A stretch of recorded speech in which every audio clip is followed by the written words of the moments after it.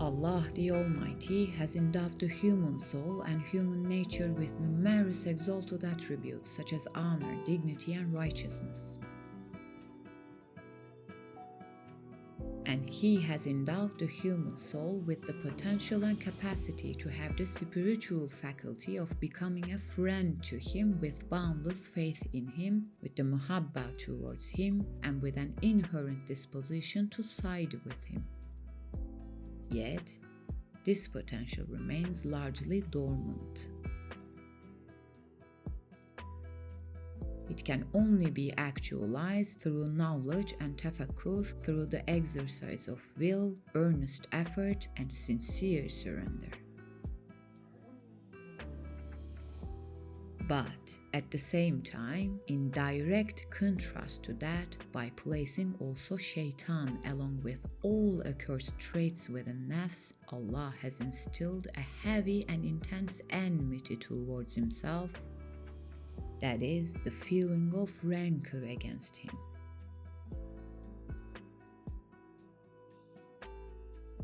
And He has situated human will between these two poles.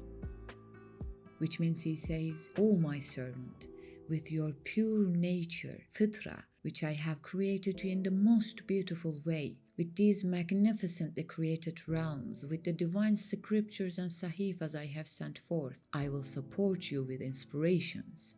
Now, in the light of these truths, can you, with the free will I have granted you, trample those accursed and despicable traits, take my side, and come unto me?"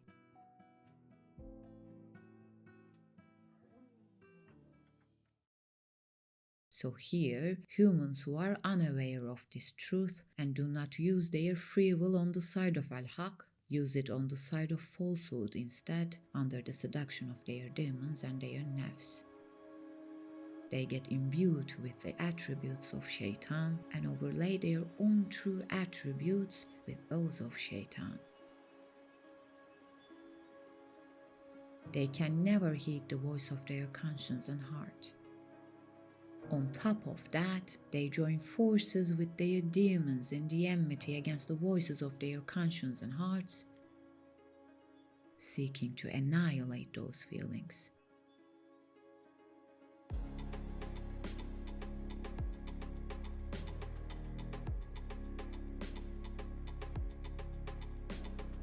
One of Shaytan's most dreadful schemes is this.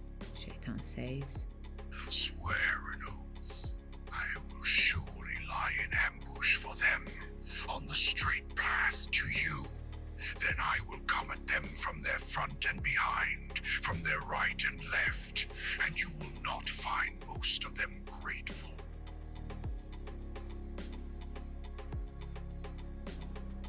In other words, Shaytan says, "The world you have created, I will make them live out the dreams that I dream and devise. I will lead out humans' emotions to my own dreams, and in those dreams, I will make them laugh, cry, and worship themselves, and I will enrage them. I will not let them feel you. They will never be as occupied with you as they are with those dreams."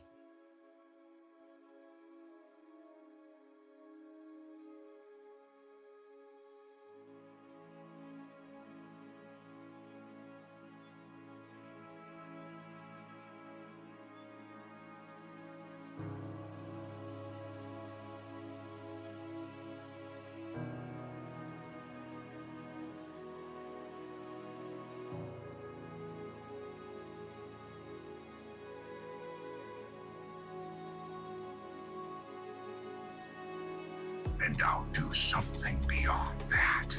I will hide myself in their emotions and lives. I'll make them deny me. They'll say Shaytan does not exist. I will live my life within theirs, then do something else beyond even that. I'll insinuate my into human as though I were his own self. By turning him against himself, I will make your enemies appear as friends, and your friends as enemies. I will make the low ones appear exalted, the exalted ones appear low.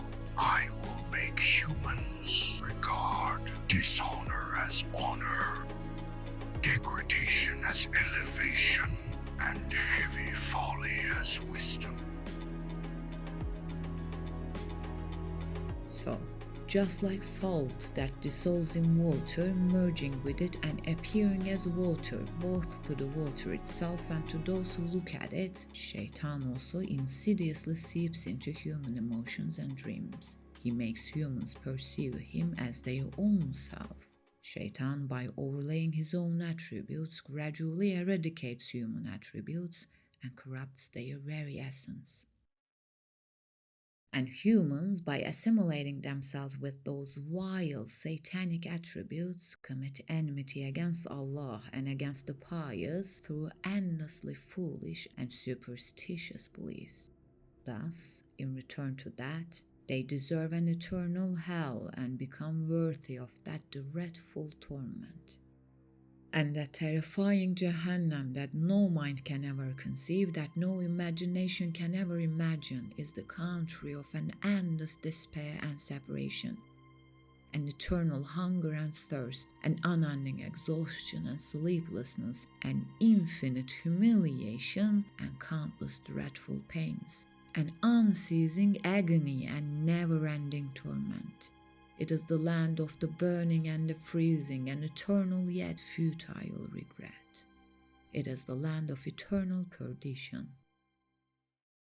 Indeed, humans can become deserving of this. After all, how can one deny such evident truths through endlessly false superstitions? How can you, with such great intellect and with eyes to see, reject that your eyes were created by one who sees? Indeed, while you cannot deny that even a pair of glasses are made by someone who sees, how can you deny the fact that the eye itself was created by one who sees? How can you ever suppose that atoms that are endlessly helpless, ignorant, blind, and dead are the ones that granted you life? What a tyranny, what a foolishness this is. Surely, such tyranny will be answered with a heavy vengeance, so those who deny eternal Allah with his eternal names, eternal attributes, and eternal mercy will be condemned to accept him by his eternal wrath then. Just like the enmity toward Allah and Muslims seen in some humans stems from this secret mentioned here, beneath all spiritual maladies and addictions too lies this very truth. Just as the water, unable to distinguish itself from salt, is doomed to accept the attributes of salt as its own, so too a human who cannot separate their human attributes from those of Shaytan fails to analyze with reason and fails to reclaim their human traits through willpower, is doomed to adopt satanic traits as their own character. He will keep supposing that the one who dreams, who desires, who gets angry and so on is always himself. Yet it is Shaytan who brings forth the vile emotions that lie within human, saying, "This is you." By shattering a person's self-respect, Shaytan seeks to defile them with his own attributes and to demonize them. If only humankind were to truly reason and see that someone different, one who resembles them yet is never truly themselves, calls out from within and commands them to do themselves great harm. How strange that state is. Because it's literally like Shaytan comes and strikes out your eye, and when you say, "Why did you hit me?" he says, "I am not even here. It was you who did it." And makes you deny his very existence. Here, within the addict's addiction to what is against him, despite his mind, will, and genuine desire, lies this terrible truth.